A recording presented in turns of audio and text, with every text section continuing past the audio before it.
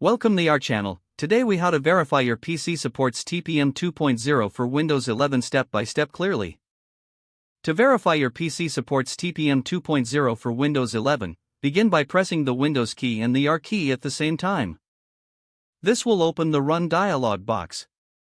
In the Run dialog, type tpm.msc and hit Enter. This action will open the Trusted Platform Module Management window. Look for the TPM Manufacturer Information section on the main screen. Check the specification version line.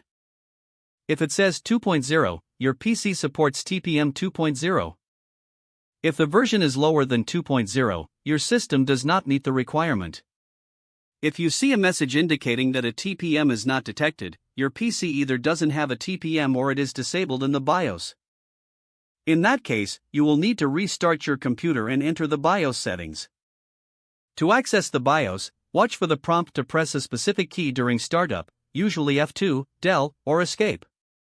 Once in the BIOS, navigate through the menus to find the Security or Advanced tab. Look for options labeled TPM or PTT, which stands for Platform Trust Technology. If you find an option to enable it, make sure to do so.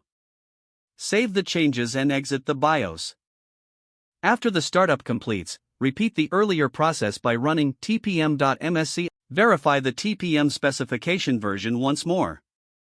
If it now says 2.0, your PC supports TPM 2.0 for Windows 11. If you still encounter issues, consult your motherboard manual for detailed instructions on enabling TPM.